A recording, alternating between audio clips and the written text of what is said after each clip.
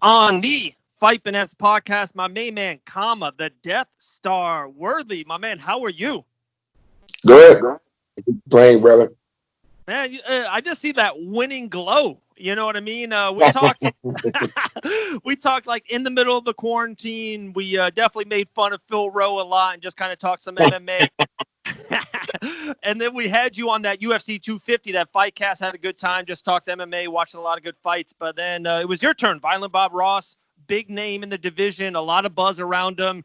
You were an underdog going into that fight, and I just loved it. For one, we'll get into the details of the fight, something I do want to hit on too. If you check out my main man's Instagram page, the Death Star _1, you said it was a C+ performance. But before we get into that afterwards, you're like, no more effing underdog. I love that about you. So let's just take it there, and then we'll go back to the fight. Yeah, I mean, I'm cool with the underdog. I'm like, yo, I'll take the underdog stuff because my friends keep making money and shit. I keep making my man. Telling everybody, I'm like, yo, I told my brother, I'm like, yo, bet like $2,000, dude. I'm like, I'm gonna win this fight. Like, you know what I mean? Like, I'm like, it's gonna take a lot to beat me in this fight. And I mean, of course, you can lose every fight, but I had a real big will that I thought I was gonna win this fight. And sure enough, I went out there and did exactly what I wanted to do. Right, and you know that we a couple people were watching that night when we were doing the fight cast. We have that betting podcast here in Fight Bananas, and they threw some money on you. They were like, you were their biggest favorite underdog of the whole night. So you made a Fight Bananas community some money too. So we just got to keep paying it back. You know what I mean? We got to get you going. Sweet.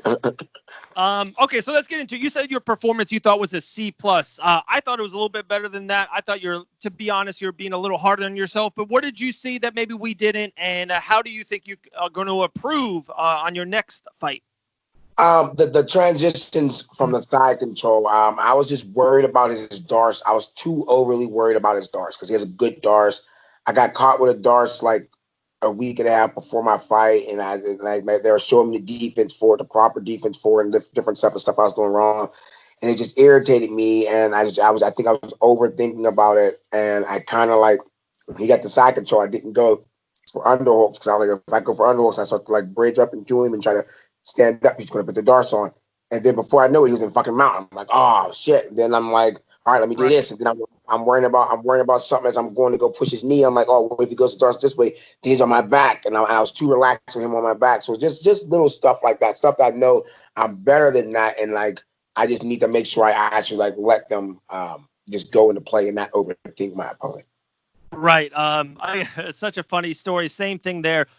Years ago, 5-10 years ago, I had to, on a Friday, my boss let me know, said, hey, you got to fire one of your co-employees on Monday morning. I was like, what?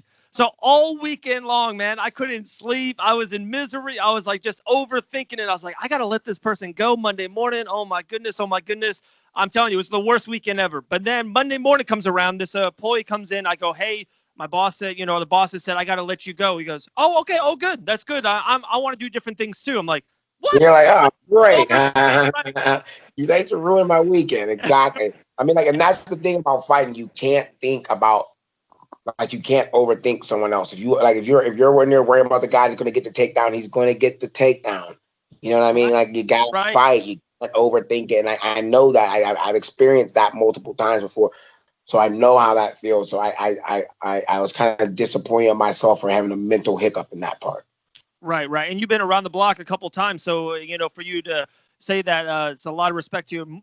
Another thing about a ton of respect to you, Worthy, is I've been to so many fights. We talked to so many of you guys. I love the picture after the fight with you and VBR. It's like at the end of the day, it's a sport. You don't see basketball people at the end of the day, hating on each other and all that stuff. So I loved it. How, were you, talk about that, how much respect that you guys have for each other.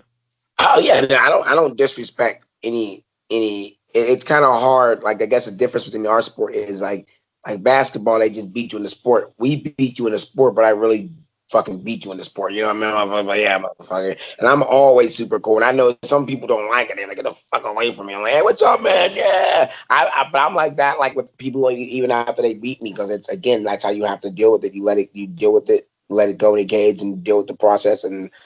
But I mean, like, he was super cool way before him.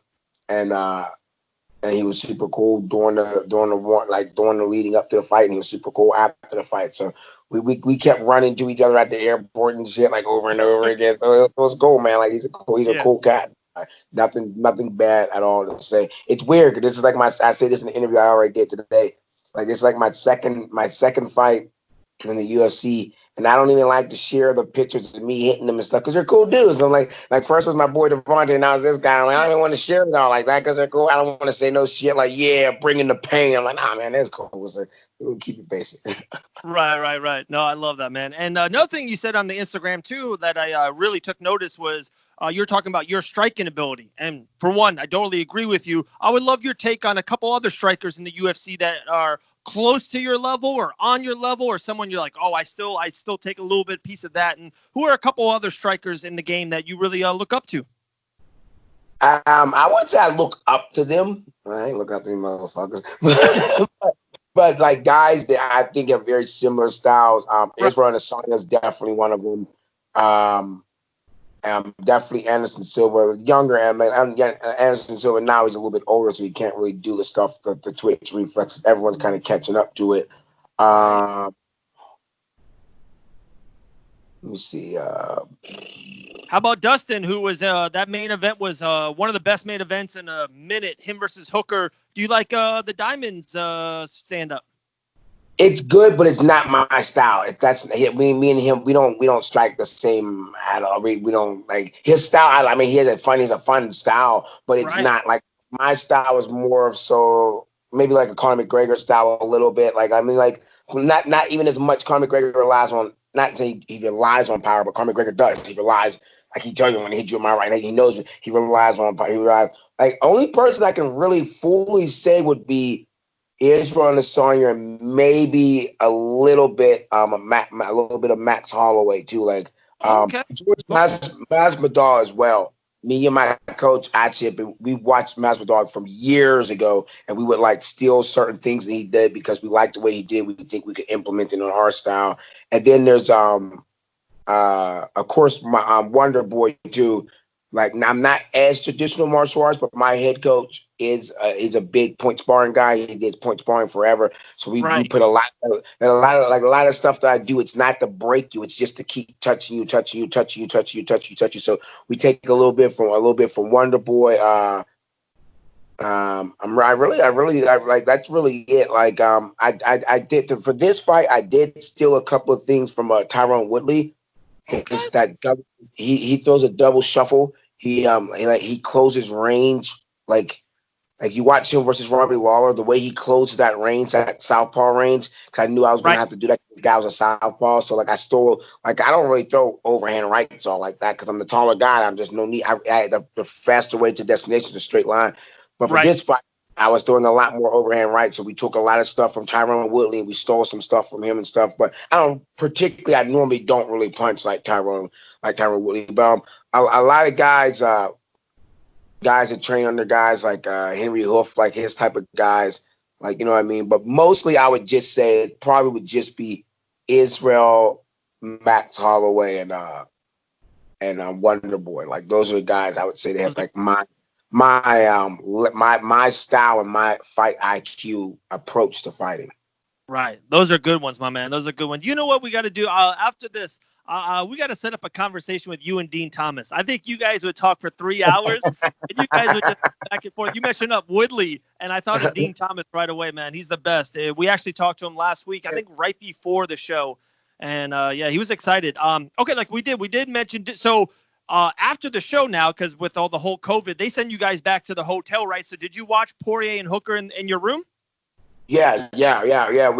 We went back to my room. My manager he had been out there for 3 weeks. He had a whole bunch of guys, and he had like a little house. He had a house that he was doing Airbnb. So he gave guys to come over. Like you want to go out and get the COVID, come out. So we were at, and like I'm just trying to soak in stuff. I'm getting literally like I think I got like 1,000 text messages that just on, and I'm just like I'm trying to respond to people in the right way. This I'm getting back. Like I'm like today I'm just now starting to get back to all my messages, but so yeah, I was sorry. We were down in the base. We're down in the the time we get to ride, the hooker and fight is getting towards the end, and then like every time I turn on, like there's someone's nose was twisted this way, and I'm like, good Jesus, what the fuck, man? My favorite, my favorite fight that night had to be my man Maurice. Maurice Green is cool as fuck. I met Right. him. Right. I met him at the pool, and I wasn't too sure about like this meeting him and shit because at the Ultimate Fighter they played him up to be like a lunatic. He is the most down to earth, the crochet bars. That dude's a fucking gangster, man. He's super down to earth. He actually helped me out a lot because he was just talking about just enjoying the experience and stuff. And I kind of just it kind of like put me at ease and stuff, and just put me more chill and stuff. So he was super cool, and I was really happy to see him to get his win because he was talking to me about his kid. Like we both got families. We're talking about he's trying to move and stuff. So to see him go out there and get the win and like double his money and shit, so he can make us move and stuff, I was super happy. I didn't get to see him after the fight. It sucked because I'm like I know Maurice is partying. We gotta get in front of Maurice party. We couldn't find him, but he's a super cool dude. I was super happy for him. Oh, that's awesome, man. That's yeah. It was such a good. The event had so many things come out of it. Sometimes some UFCs are just good fights, and they just kind of move on. Monday, Tuesday is the next one, right? For one, there's no fights this weekend. The first time in like 6 weeks, 7 weeks, no fights. And then with Poirier Hooker, you had a huge win. A lot of people, you got a lot of buzz about your name. Maurice Green, Mike Perry in his corner. There was just so many things that came out of that show. There's a lot of stuff. And then like Juicy J, like he won, he got the bonus, and he's actually under my management team too. So he was actually at the party and stuff. I was there when he got the bonus, and I was just happy for him too. I mean, like he got the short notice fight. He had been cut from the UFC twice, and he's back, and he gets the bonus. It's just good. And I'm the type of guy. Even as much as I would like get the bonus, I watched his fight. And his fight was better. His submission, but like the sequence that lit up to it was better. And I was just happy for him. Like I just like to see people, especially my people, but I just like to see people succeed at things and stuff. So it's a good, and like, you know what I mean? Like positivity breeds positivity. I love it. We have 10 cool questions, but before we get into that, one kind of bigger topic that I would love to talk about, love your take on it too. And you kind of mentioned the UFC bringing people back. For one, I've just been such a fan of what the UFC has been doing in the last 6, 8 weeks, 10 weeks. We got Fight Island coming up in a week or so. And, some sports are still not back yet. And the UFC is like all in. The flag is in the ground, just fight after fight after fight. And then also, too, I would love your take also on, the whole social injustice that's been going on. Some NBA players are not going to go to Orlando to that bubble. And I haven't heard anything on with MMA fighters. I didn't hear anything with, guys. I had a little interview with Cleveland McLean. He fights over here in Orlando, and he fought for Titan, and he had a Black Lives Matter shirt on, and it meant a lot to him to walk out to that. But I didn't hear anything about any UFC guys of any of that nature. So I just wanted your take on the social injustice that's going on right now in the world. Yeah, I mean, like it was weird because like I don't like if people like assumed it, but like leading up to the fight, I did like 4 interviews, and that's all it was asked about. And I just wrote the way it is. Like I mean, like I have like my daughter's biracial, so, and then I have 3 stepkids, and the 2 boys look like they're all white, and the girl looks like she's biracial, and just being able to explain to them like there's just the difference. Like I mean, like everyone's like it's weird because everyone's like, oh man, I can't believe this. I'm like, dude, unfortunately, this shit's been going on forever. This is part of American history. Not just part, this is American history. It's a large part of American history. And like people are like I just think like if people are just freaking out, they're like, oh well this, like I didn't know this. I'm like, I never brought Aunt Jemima fucking pancakes. My mom whooped my ass if I came home with Aunt Jemima syrup, because my mom like that's a glorification of a time when like black people weren't considered to be people. It's still going on now. I mean, like, in there's no matter way how you mix it up or twist it. I mean, shit, you could even watch the fucking Rocky movie. I always bring this up. And when in Rocky 2, when he goes to train with Apollo Creed, or Rocky 3 or whatever, he goes to train with Apollo, goes into the gym in the basement, and Paulie's like, oh, well, you can be down here with this monkey jungle music. I'm like, if Paulie came to my gym and shit, that we stumped that motherfucker out. But back then, that was okay, right? I mean, no one really saw anything by it. Like, I mean, just the stereotypical types of like characters and how you have to be jive talking and shit like that. And like, it just shows how far we've come, which is true. Right. But you also can't sit here and act like it's not. part of the problem. I mean, like I tell people all the time how big of the movie the Black Panther, how big of a movie that was, because you cannot name another positive African character in a blockbuster movie besides Akeem from fucking Coming to America, and that was 1984. Like that's and like that's and like as an African American, I'm an African American. Truthfully, like everyone, like even though we know we're from all over, but most African Americans come from Africa, so we've never even seen that type of image of ours portrayed. Like you have Scottish and all kind of shit and all that, but in Africa they're always like, there's blood diamonds or it's like Africans sitting there with a bush and like that's not Africa. Have you ever fucking been to Africa? Have you ever been to fucking Africa and seen what Africa looks like? Like everyone doesn't even like to even act like Egypt isn't part of Africa. You know what I mean? Like you watch any movie and the Egyptians are always like with British accents or some shit. Like that's fucking black ass fucking Africa. What are you talking about? Like how come Ebola can come from Africa but not Egypt? Get the fuck out of here. But that's part of the systematic racism that is America. And now I think people are just awakening to it. I'm like, yeah, it's nothing new though. I'm like, I don't want to be like, oh, I'm woke. I'm like, but I've been fucking knew this. Like my fucking name is Khama, for God's sakes. That's as African as it fucking gets. Like, so I understand it, but I appreciate the awareness. And then it does get out of control because I just saw the other day they said in Texas they're gonna stop calling the master bedroom the master bedroom. I'm like, yo, you're not fucking offending me by calling it the fucking master bedroom. Just smack your local racist. You know what I mean? I'm like, you don't have to go over the fucking top, but I mean, like, as in the statues and shit like that, I'm like, yeah, dude, like, what the fuck do you mean? Like they were traitors. If you're American, those were traitors. They were people who are against America. That's like, it should be fucking common sense. And then people, well, I'm like, if your heritage, if your family was part of traitors, then you should be ashamed of that part. Like if there are people like I'm pretty sure there's people who had connection to Hitler and shit like that. They don't go around praising that. Oh yeah, my grandfather was part of the camps and Germany. He killed about this many Jews. And yeah, this is a picture of him. I love him. He was a piece of shit, but I love him. I keep because he's no, you hide that shit. You throw it away. You try to not be fucking part of it. But in America, because black people were never actually able to leave America, we just had to deal with it. Right? Like, fuck it, just deal with it. And now people are like, man, fuck you. We're not dealing with it. I'm all about it. I'm like, I'm not dealing with that shit. Like I said, I never have.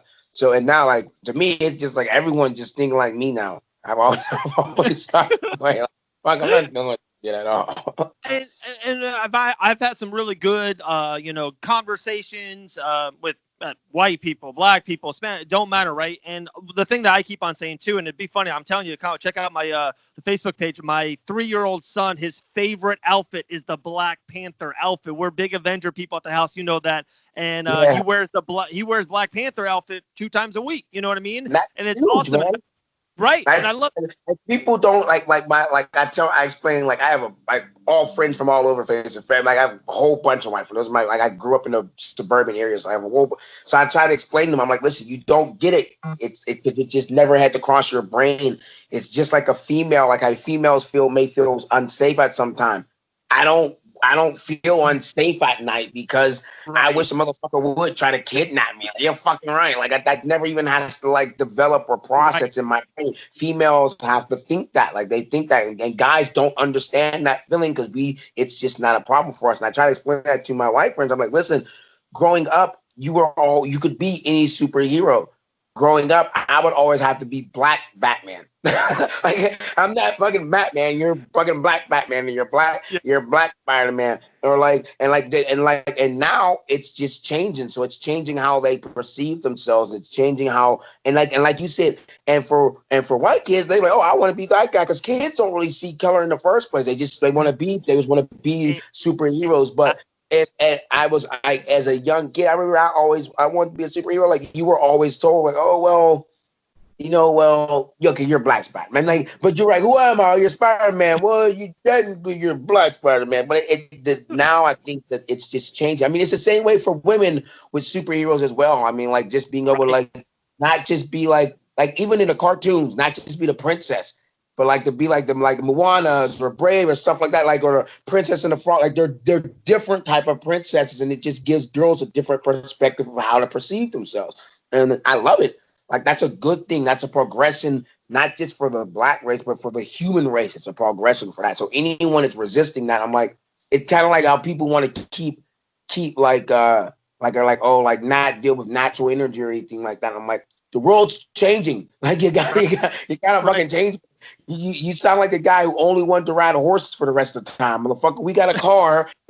Like or the guy that invented the airplane. You're like, yo, fuck that guy. He's trying to put he's just progressing. Like the world is progressing. Progress with it. Like especially in social injustice. I'm sorry, I could talk forever. Oh no, all good, my man, all good. And I one thing you said there I just loved, and I've been the screaming it on the rooftop kind of a thing. Yeah, kids, right? That's my job. I'm a father of 4, right? And they're not born racist. Like they have to be taught that. So like my kids, like I want my kid.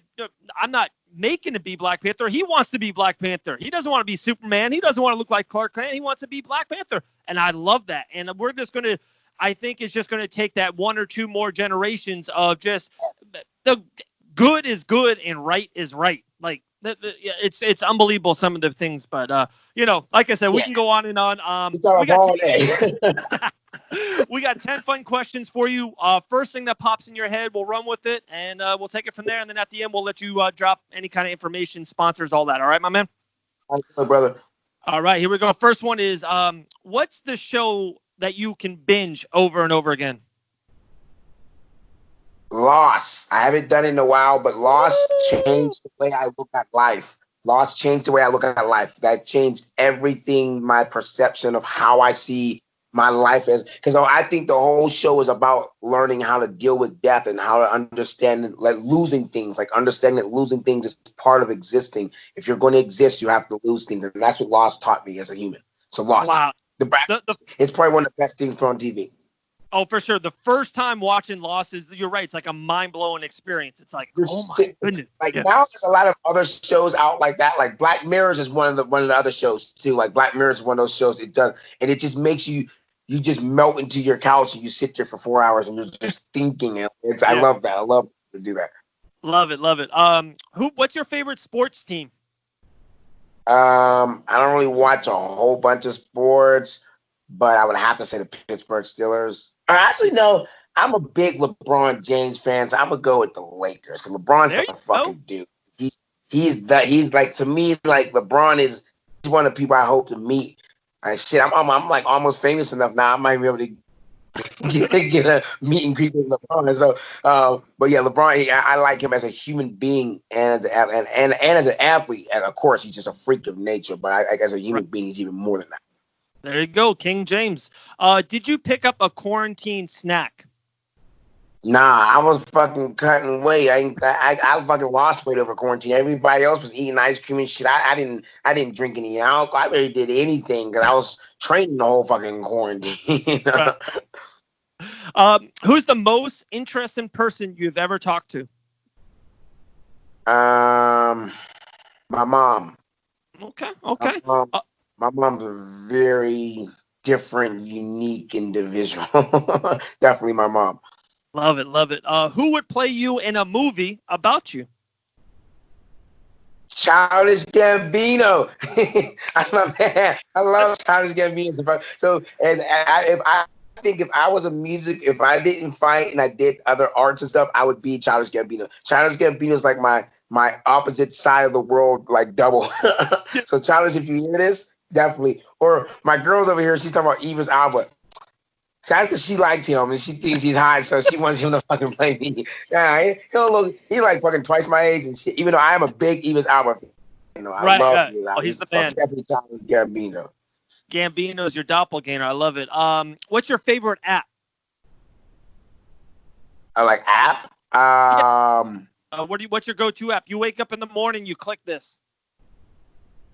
Probably Instagram. I try not to do that because I try to think about the times before I had apps and stuff, what I used to do in the morning. So I try not to wake up and instantly go to my app. It probably would be Instagram. Yeah. In their prime, one match, 12 rounds, who wins, Mike Tyson or Muhammad Ali? Muhammad Ali.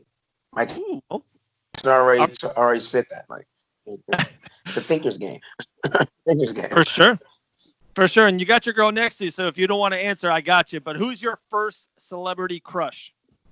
Fuck that. She knows it. Halle Berry's my first celebrity crush. I said that at an interview at the end of my UFC fight. I was like, fuck this no fan shit. I want Halle Berry to be there. Halle Berry was my first celebrity crush. She was on that movie, The Queen, the Alex Haley's Queen show. That's when I really started to look at women like, oh, what is that feeling? Halle Berry. So Halle Berry, if you're listening, your next UFC fight, come take a picture with your boy. First crush. I follow you on Instagram and everything. You're awesome. Even she's in her 50s and shit now. Banging. Halle Berry's a shit. First class. First class. There we go. Last question for you. Dead or alive, a 3-person dinner. You had to pick 2 people. Who would they be?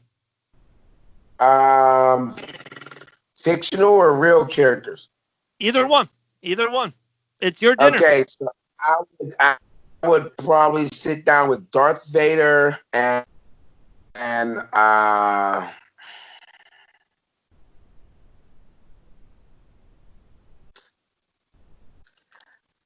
would probably sit down with Darth Vader and Bruce Lee. Ooh, okay. That's a good dinner. These philosophies have had a lot of impact on me, and Darth Vader in the sense of like fictional characters, like people don't really get into. Darth Vader was like, so like everyone, like he was prophesied to bring balance to the Force, and he actually did. It's just not in the way that people thought he was. He was the most powerful, good person. Then he got switched to the bad. Like his whole transition of like good and bad and inner turmoil and metamorphosis among self is like nothing I've ever seen before. So I would have to sit there and talk with Darth Vader like that instantly. I love it, man. Hell of a fucking. Man, we cannot wait for your next fight, my man. We'll do another live cast with you too in the future. We had so much fun that night with you. The shirt's in the mail. Khama Worthy, man, the Death Star, doing big things. Lightweight division, 2 in a row, 2 finishes in a row. UFC, pay this man. He's must-see TV. Pay. Yes, I'm like, yo, I'm just sticking with I like the must-see TV. I keep seeing that next to my name. I'm like, yeah, that's fucking sweet. I like that. Must-see TV. Yes. Before this, I told you, I dropped the intro, and I just had your boy Eric Anders on, and he's like the same way. I said it. I was like, man, the same week. This is like must-see TV week. Your fights are so exciting. As a fan, as a media member, it's like, oh, when Khama's on the show, I'm watching. I'm Dana White. I'm paying $60. Put him on pay-per-view. I'm giving you guys the money. You're must-see TV, man. That's just facts. That's real talk. Man, I love it. That's what I'm working for. All right, my man. I appreciate your time. Like I said, drop away any kind of sponsors or the gym, anything you want to shout out. Yeah, man. Shout out to all my sponsors. There's a million of them. Bump Box, Diamond, Damage Control, Regeneration Pittsburgh, Legacy, shit. I'm the worst pro ever. I gotta get all my sponsors, but all my sponsors, everyone that's sent me stuff. My management team, my man Jason House, the Human Unicorn, everyone down at my gym in the academy. If you're in the Pittsburgh area, you want to train with the Pittsburgh's only UFC fighter, come on through, man. Come on through. Beginners to advanced level of training, 24 Woodville Avenue. Come kick it. There we go. Khama, the Death Star Worthy. Appreciate you, man, my man. We'll talk soon, all right? Peace, man. Later.